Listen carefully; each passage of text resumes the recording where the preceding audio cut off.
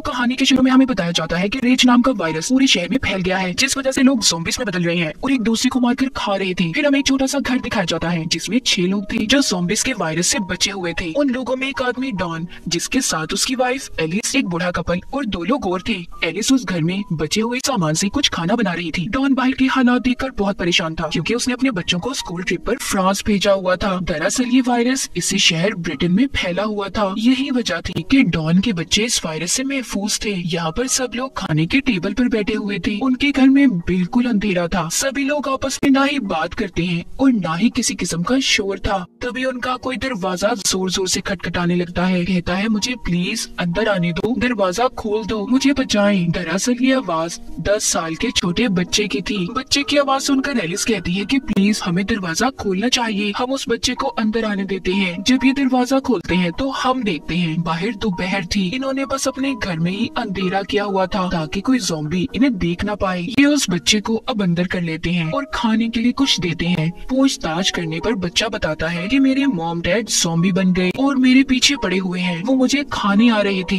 Don पूछता है कितने लोग थे? वो कहता है बहुत सारे। इनमें जो 2 और लोग थे उनमें से लड़की बहुत ज्यादा डरी हुई थी और बाहर झांकने लगती है। उसे दूर से बहुत सारे ज़ॉम्बीज़ की आवाजें अपनी तरफ आते हुए सुनाई दे रही थी। तभी एक ज़ॉम्बी अचानक से आकर सीधा उस लड़की पर हमला कर देती है। इर्द गिर्द भी बहुत सारे ज़ॉम्बीज़ आ गए थे और अंदर आने की भी कोशिश करते हैं। एलिस उस बच्चे को बचाकर ऊपर की तरफ जा रही थी। डॉन भी उसके पीछे आता है। वो एलिस को बहुत बार कहता है कि उस बच्चे को छोड़ दो एलिस, हमें भागना है, मगर वो डॉन की बात को नहीं सुनती। उधर वो बूढ़ा कपल बाहर एक और घर में छुप गए थे, मगर वो भी ज़ॉम्बी से बच नहीं पाते। जिसके बाद अब जिधर कमरे में एलिस बच्चे के साथ थी उधर भी बहुत सारे ज़ॉम्बीज़ आ गए थे। दूसरे कमरे में डॉन था। वो एलिस को पुकारता है, देखो इधर मेरी तरफ, मेरे पास आओ, मगर दरमियान में इतने ज्यादा ज़ॉम्बीज़ थे कि वो उनका मुकाबला नहीं कर पाती। तभी ये देखकर डॉन ने भी अपने दरवाजे को बंद कर लिया था। एलिस उसे बार बार आवाजें दे रही थी, कहाँ पर हो डॉन, मेरी मदद करो, मगर डॉन उस साइड का दरवाजा बंद करके दूसरे दरवाजे से बाहर की तरफ भाग गया था। उसके पीछे और भी बहुत से ज़ॉम्बीज़ थे जो भूखे उसकी तरफ भाग रहे थे। हम एलिस को देखते हैं जिसकी आवाज मदद के लिए आना अब बंद हो गई थी। डॉन बहुत शर्मिंदगी में रोता भाग रहा था कि उसने अपनी बीवी एलिस को छोड़ दिया, उसकी मदद नहीं की। आगे जाकर उसे तालाब में वही लड़का मिलता है जो इनके साथ घर में रह रहा था। वो कश्ती को चलाते हुए हड़बड़ाहट में पानी में गिर जाता है। उस लड़की को भी ज़ॉम्बीज़ ने पकड़ लिया था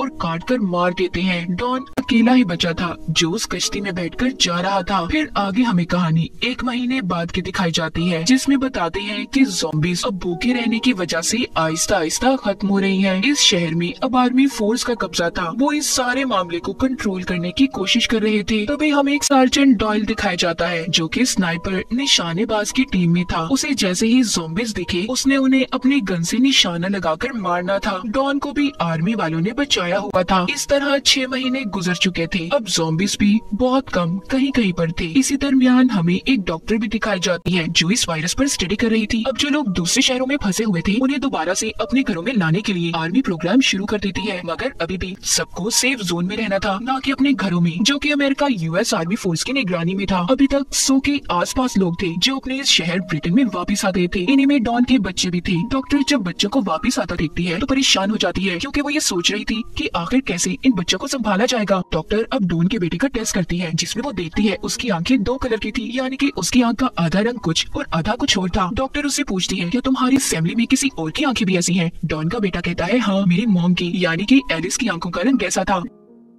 डॉन जब अपने बच्चों से मिलता है तो बहुत खुश था। वो दरअसल अभी भी इस सेफ जोन में रहकर आर्मी के साथ मिलकर काम कर रहा था, इसीलिए वो अपने बच्चों को उस जगह पर ले आता है जहाँ पर वो रह रहा था। वो अपने बच्चों को उनकी मॉम एलिस के साथ हुए हादसे के बारे में भी बताता है। रात के वक्त सोते हुए डॉन के बेटे को अपनी मॉम के सपने आ रहे थे। उसे ऐसा लगता है कि शायद वो अपनी मॉम का चेहरा भूलता जा रहा है। सुबह को जब डॉन अपने काम पर चला जाता है तो उसके बच्चे चुपके से सेफ जोन से निकलकर भाग गए थे और भागते भागते अपने घर पहुँच गए थे ताकि वो अपनी मॉम की कोई तस्वीर ले सके। तभी आर्मी को भी इनके बारे में पता चल जाता है कि 2 बच्चे सेफ जोन से भाग गई है, मगर तब तक वो दोनों अपने घर पर थे, जहाँ पर डॉन के बेटे को अपने घर के ऊपर वाले हिस्से से कुछ आवाजें आ रही थी। जब वो ऊपर जाकर देखता है तो उधर उसकी मॉम थी, यानी कि एलिस, जिसको डॉन ज़ॉम्बीज़ के दरमियान में छोड़कर चला गया था। फिर डॉन का बेटा अपनी मॉम के गले लग गया था, तो भी उसे दर्द होता है। दोनों बहन भाई जब अपने घर से बाहर आते हैं तो देखते हैं आर्मी की फौज थी जो सेफ जोन में दोबारा लेने आई थी। वहाँ पर तीनों को क्वारंटाइन में रखा गया था। एलिस को बांधकर लैब में रखा जाता है। डॉक्टर उसका ब्लड टेस्ट करती है। वो ये पता करना चाहती थी कि कहीं एलिस भी ज़ॉम्बी वायरस से इन्फेक्टेड तो नहीं। तभी उन्हें पता चलता है कि एलिस इन्फेक्टेड तो हुई थी, मगर उसकी इम्यूनिटी इतनी पावरफुल, इतनी ताकतवर थी कि उस पर ज़ॉम्बी वायरस का असर नहीं हुआ। इसीलिए अभी तक वो ज़ॉम्बी भी नहीं बनी थी, मगर उसके खून या फिर किसी भी वजह से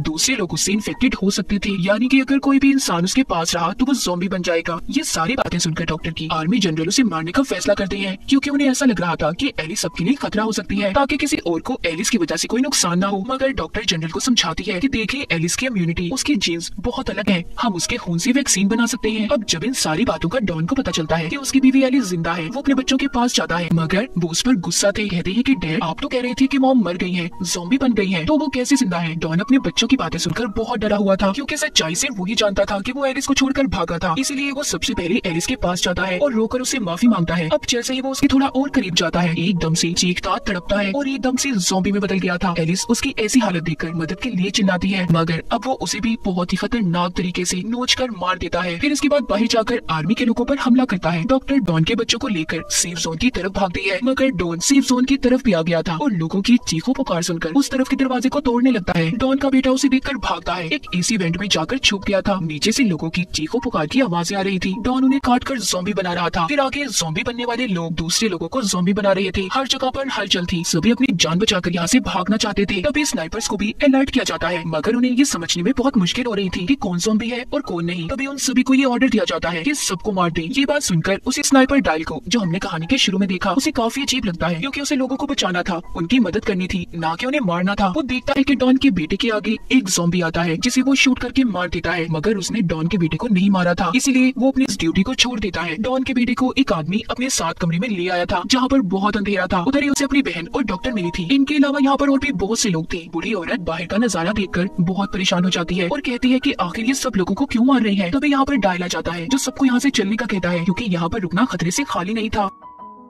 वो जब सब यहाँ से जाने लगते हैं तो इन पर भी आर्मी फायरिंग कर देती है, जिसमें बूढ़ी औरत मर गई थी। डायल के साथ डॉक्टर और डॉन के बच्चे थे। तभी डायल को उसके एक दोस्त का फोन आता है, जो कि आर्मी में था, जिसके पास हेलीकॉप्टर था। वो कहता है, देखो, कुछ वक्त में सारे शहर को बॉम्ब से उड़ाने का ऑर्डर दिया गया है। तुम्हें मैं जिस जगह की लोकेशन भेज रहा हूँ, वहाँ पर आकर मुझसे मिलो, मैं तुम्हें बचाता हूँ। अब ये सभी एक टनल के रास्ते से वहाँ से बाहर आते हैं। तभी उधर बहुत बड़ा धमाका हुआ था। आर्मी ने सेफ जोन में जितने भी ज़ॉम्बीज़ या बचे हुए इंसान थे, सभी को धमाके से उड़ा दिया था। डायल डॉक्टर और बच्चों को लेकर भागता है। ये सभी उसके दोस्त की बताई हुई जगह पर आ गए थे। तभी डायल का दोस्त भी हेलीकॉप्टर लेकर आ जाता है। वो डायल को बताता है कि तुम्हारे पीछे कुछ बचे हुए ज़ॉम्बीज़ आ रही हैं। ये सुनकर डायल बच्चों और डॉक्टर को छुपने का कहता है। उसका दोस्त इतने सारे लोगों को देखकर कहता है, देखो डायल, मुझे सिर्फ तुम्हें लेने का कहा गया है। अगर मैं किसी भी बचे हुए सिविलियन शहरी को बचाकर ले गया तो आर्मी वाले मुझे भी मार देंगे। लेकिन डायल अकेला उसके साथ नहीं जाता। वो सबकी मदद करना चाहता था, इसलिए वो अकेला ही उसे वहाँ से भेज देता है। तभी इनके पीछे बहुत से ज़ॉम्बीज़ पड़ गए थे। ये भागकर शहर की तरफ आते हैं। शहर में आर्मी ने ज़ॉम्बीज़ को मारने के लिए जहरीली गैस छोड़ी हुई थी, जिस वजह से वहाँ पर आम इंसान सांस नहीं ले सकता था। उससे बचने के लिए ये एक गाड़ी में जाकर छुप जाते हैं। अब सारे ज़ॉम्बीज़ उनकी गाड़ी के आसपास आकर इन पर हमला कर रहे थे, मगर गैस की वजह से वो ज़ॉम्बीज़ वहीं पर मर जाते हैं। पीछे आर्मी के लोग भी थे, जो सबको यहाँ पर खत्म करने आ रहे थे। डायल और डॉक्टर की गाड़ी स्टार्ट होने का नाम नहीं ले रही थी। तभी डायल गाड़ी से बाहर निकलता है और गाड़ी को धक्का लगाने लगता है, मगर वो आर्मी की नजरों में आ गया था। आर्मी वाले उसे भी इन्फेक्टेड समझकर मार देते हैं। डॉक्टर बच्चों को बचाकर गाड़ी चलाकर टनल तक पहुँच गई थी, मगर वहाँ पर आकर उन्हें डॉन का ज़ॉम्बी दिखता है। उसने यहाँ पर डॉक्टर को भी मार दिया था। इसी बीच डॉन के बेटा बेटी भी अलग हो जाते हैं। डॉन ने अपने ही बेटे पर हमला कर दिया था, मगर उसके बेटे के अंदर भी एलिस की तरह ही ताकत थी, जिस वजह से वो भी ज़ॉम्बी में नहीं बदलता। तभी डॉन की बेटी आकर गन से अपने ही डैड को मार देती है और बहुत रोती है। ये दोनों बहन भाई स्टेडियम में पहुंच गए थे, जहां पर वही डायल का दोस्त आता है, जिसके पास हेलीकॉप्टर था।